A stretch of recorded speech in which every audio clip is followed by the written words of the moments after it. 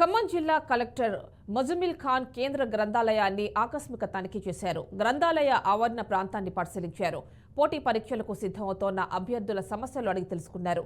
ఈ సందర్భంగా వారికి కలెక్టర్ పలు సూచనలు చేశారు. ఓటమి విజయానికి నాంది కావాలి, ఎవరూ నిరుత్సాహపడద్దు, ధైర్యం చెప్పారు.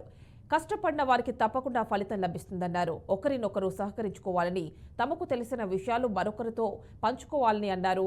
ఇంటిని చదువును బ్యాలెన్స్ చేసుకోవాలన్నారు. నిరాశ నిస్పృహలకు లోను కావద్దని, ఆశావహ దృక్పథంతో ముందుకు వెళ్లాలని సూచించారు. పరిస్థితులు లక్ష్య సాధనకు అడ్డంకులు కావని, అవకాశాలను విజయాలుగా మలుచుకోవాలన్నారు. చదువుతో పాటు ఆటలు, వ్యాయామానికి సమయం కేటాయించాలన్నారు. మానసికంగా దృఢంగా ఉండాలని, సమస్యలకు ఆందోళన చెందకుండా పరిష్కార మార్గాలు చూసుకోవాలన్నారు. అభ్యర్థులకు కావాల్సిన స్టడీ మెటీరియల్ వివరాలు చెబితే వాటిని అందుబాటులో ఉంచడానికి చర్యలు చేపట్టనున్నట్లు కలెక్టర్ వివరించారు.